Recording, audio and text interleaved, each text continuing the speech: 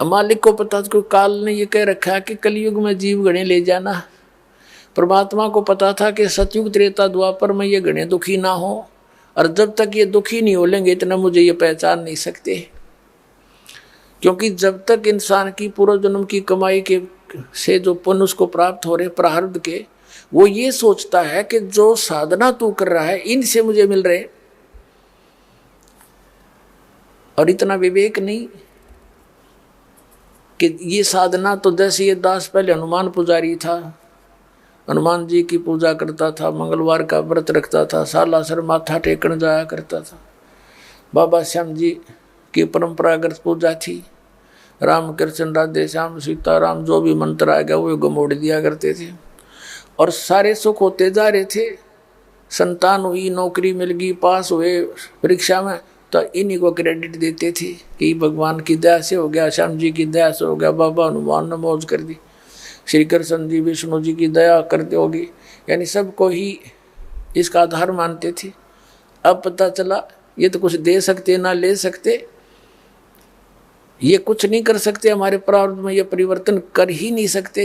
ये हमें दे ही नहीं सकते जो हमारे भाग्य में नहीं है। तो मिल रहा था हमारे कर्म का, और शाबाशी मिल रही थी इन भगवानों को। तो त्रेता द्वापर सतयुग के अंदर परमात्मा को पता था ये पुण्यकर्मी प्राणी है, तो इनका पूर्व जन्म का पुण्य, जैसे अब आप भक्ति करोगे ये हजारों वर्ष चलेगी सत्य भक्ति इस पृथ्वी पर, जो पार हो गए उनकी तो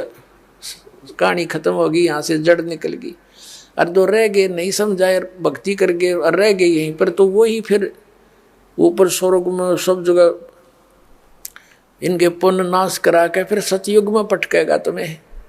सतयुग में फिर ये गलत साधना करते रहोगे फिर भी सुख होगा।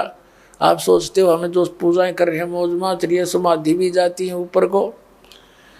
फिर त्रेता में, फिर द्वापर में, फिर कलयुग में आकर फिर पकड़ा जाओगे आप, क्योंकि जो साधना आप कर रहे हो वो तो गलत है, आपके पुण्य रहे नहीं, क्योंकि सारे पुण्य खर्च कर दिए तुमने। तो अब जो दुर्गति आपकी प्रारंभ हो रही है, दुखी के दुख बढ़ रहे हैं, पूजा वो आप पहले भी कर रहे थे, आपके दादे परदादे भी कर रहे थे, वह सुखी थे क्योंकि उनके पुण्य थे, और उन्हीं करते करते तो आपकी बिरान माटी होगी।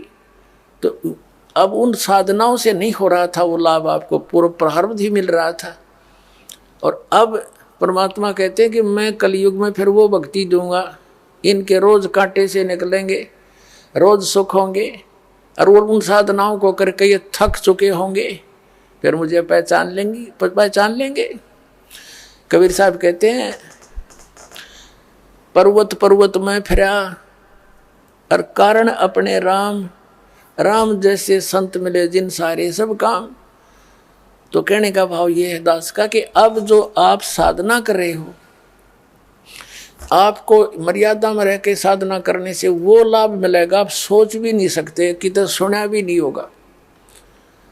फिर आप पहचान में आ जाएगी कौन है भगवान, वो कबीर परमात्मा है।